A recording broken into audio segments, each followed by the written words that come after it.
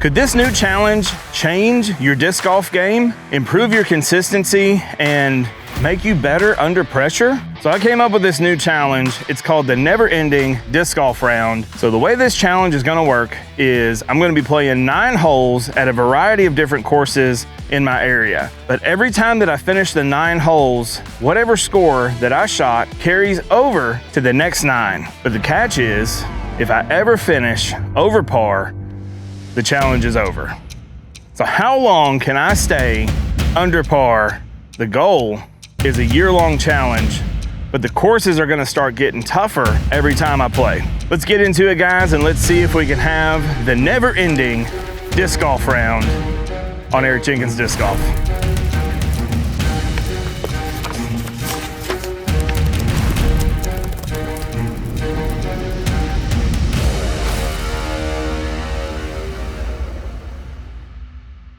All right, so hole 1 here at Freeman Lake, we're just gonna be trying to get a par. Really, the only birdie opportunities I have on the front 9 are hole 2 and 3, possibly 9. Everything else I'm trying to just make par. Let's see how we do on hole 1. Since this is our first hole, I'm gonna do 2 and go, but for the rest of this round, it's gonna be 1 shot off the tee.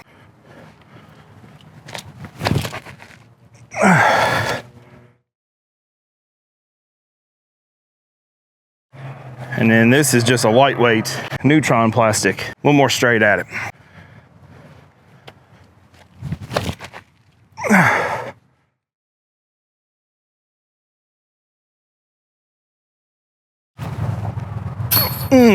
That's one of the craziest birdies ever for me here lately. I've been working a little bit on my drives. I threw like trash yesterday, and I posted a short on my Instagram, and the general consensus was that my drives are a little bit out of time. So today I'm kind of focusing on just timing. It's gonna be a little crazy for a little bit. This is probably not the series to do that, but I was throwing really bad yesterday. So hopefully with a little bit of timing fix, that'll change today. Whew.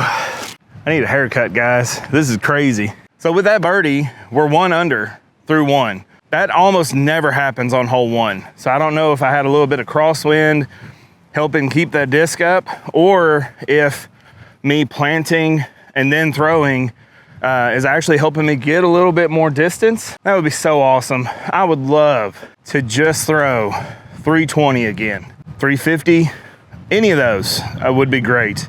That hole's about 305 uphill, so it does play about 320, and I was basket high. I just wasn't like left enough. If we're going off of that throw, then I should be able to throw this wave all the way to the bottom. Hole 2 is kind of down and then to the left, and hopefully we can shoot under par, but we've got to shoot even or the challenge is over before it even starts. Hole 2, let's try to get a good one down there.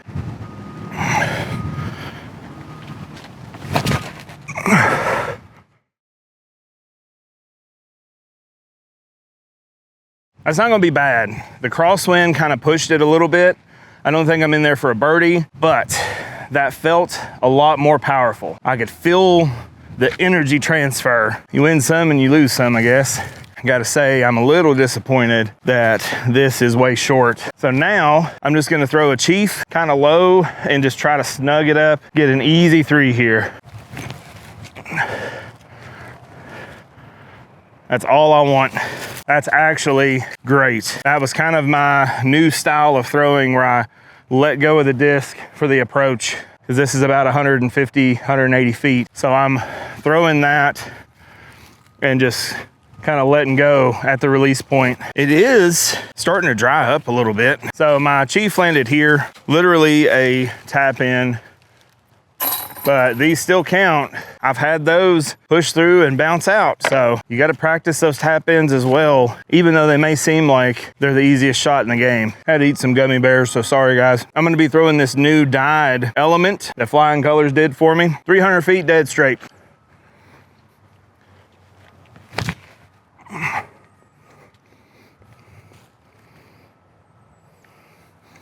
Eric may be back, baby. That is one of the best shots that I've ever had on hole 3. So let me know in the comments, do dyed discs fly better? Because that almost was an ace. 300 feet tunnel shot. So now we're on to one of the toughest holes at Freeman Lake. If I can get through these next 2 holes with par, then we may be pretty solid for this front 9. The challenge may go on if I can par both of these.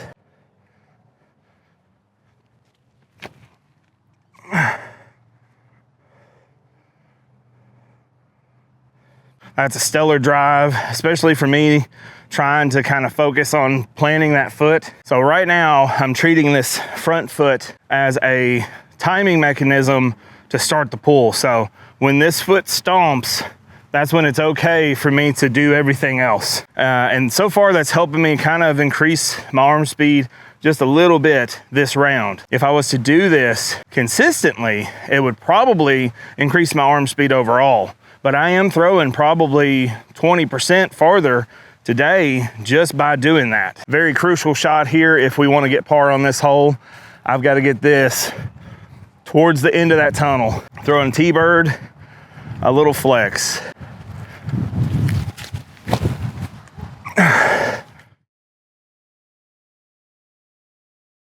Maybe looking at a bogey. I kind of slipped. That kind of stings, especially with the mud. Yeah, there's no way to really go through. Now I gotta throw like a weird forehand, try to get up there for just a big putt.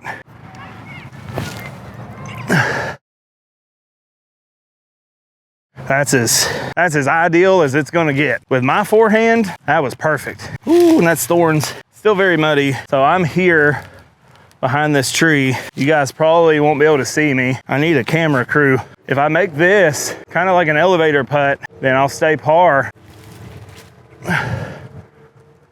Oh man, first bogey, but it's not bad. This hole is pretty tough. If you don't get the distance off the tee, you normally don't get a par here. Still shooting 1 under thanks to the 2 kind of surprise birdies that we normally wouldn't have on the front. So pretty happy about that. Tap in, bogey, almost got that birdie.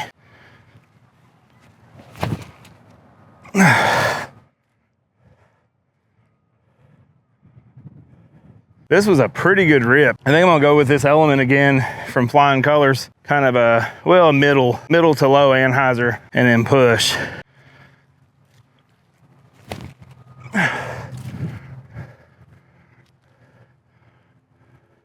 That'll work. Throw it a little lower because we got a lot of wind.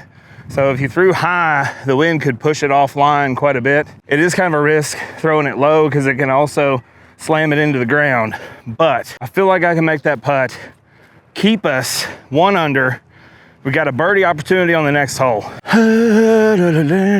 think we got a pretty good chance of making this putt, but can't take any putt for granted. This has been a good disc so far. Big shout out to Kim and Ed. Flying Colors, they dyed this up for me. This is a platinum element. It's kind of just a little hair flippier than my NXT elements. So it's been really throwing nice. As long as we don't do anything stupid, as long as we play it safe for these last 4 holes, we could finish 1 under par for 9 holes. And that would mean that the next challenge, we would start 1 under par, which would be a huge advantage because if I shoot over par on any of the 9 hole rounds I'm playing during this challenge, the challenge is over. I'm trying to get to a full year and play a never-ending round of disc golf. So we're gonna throw a big roller here, try to get this up there for another birdie, but if we can't, at least get a par. Got a little bit of crosswind, so it's gonna be a little harder than usual.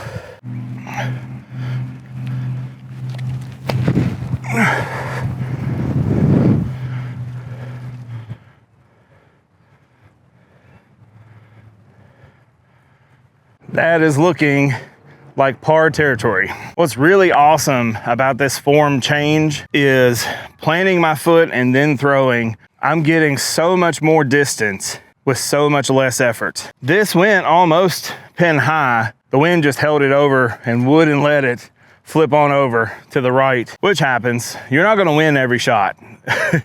That's one reason that this challenge is kind of so stressful. It's a very unique challenge, I feel like, because this score is gonna carry over to the next course. So I really wanna try to shoot pretty good amount under par here. But if I was to shoot way over par today at Freeman Lake, then the challenge is over before it even starts.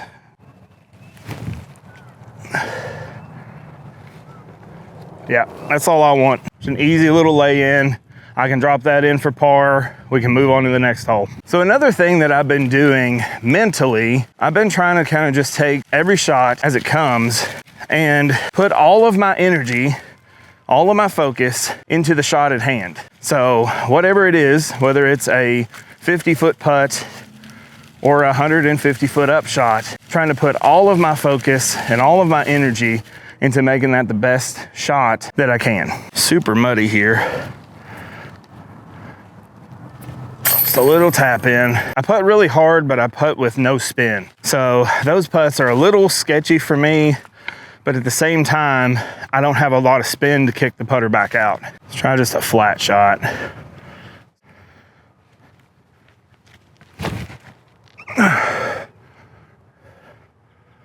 I didn't get to see where that went, but it felt like I threw it good.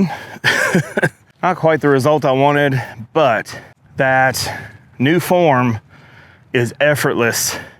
My shoulder's not hurting as much. My lat is definitely not hurting as much because I was arming the disc really hard. And now I'm gaining a little bit of momentum from my hips. Not quite like completely fixed. Just a little nose up float at it. Yeah, that's all I want. I could probably putt it, but it's a little uphill. So when it's a little uphill like that, I like to do kind of like a putt throw. It's almost like Ezra Robinson's spin putt that he does. I actually have a video on that. That's gonna be linked in the description if you wanna check it out. Another par, whenever we had the winter storm, I think this basket got hit by a big limb because it's kind of leaning, you know, it's a little eep that way, unless we kind of screw up. The goal now is to try to get the most under par before we finish this round. I'm 1 under still, only 1 bogey on the front 9, 2 crazy birdies that I normally wouldn't get. Now we got to try to birdie 8 and 9, and out of those 2, 9 is probably the closest that I would have to being able to get a birdie on. 8, pretty tough without a good forehand. Can't see this basket, but it is well to the right. I'm trying to throw a roller up through this gap and kind of hook to the right. Very rare birdie for me, but the roller sometimes does get up in there for a birdie, so. Not like that, it don't.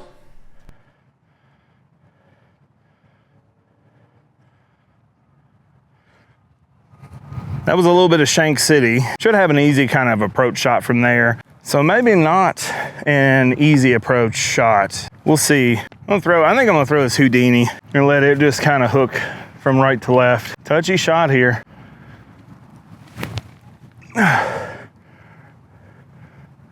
Yeah, that should be snugged up good. Only other option I have is a Chief. Chief would have a little bit more lift and push to it, but Houdini I know would kind of stay low in this low ceiling. A little farther away than parked, but I at least did save the par.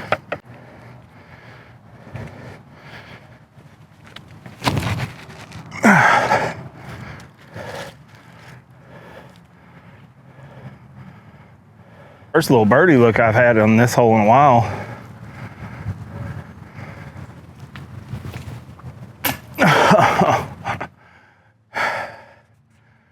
That's just disheartening. Player B knows what he's doing. Player A should have made that putt. So we finished Freeman Lake 1 under par. Come back next month to see what course we tackle and to see if we can continue the never-ending round of disc golf. So that was episode 1. If you guys enjoy this series, be sure to check out my Let's Play 9 playlist, and that's going to be on the screen right now. Have a great day. Stay in the fairway, guys. Focus on your plant foot. Apparently, I'm throwing a lot better today just by focusing on planting first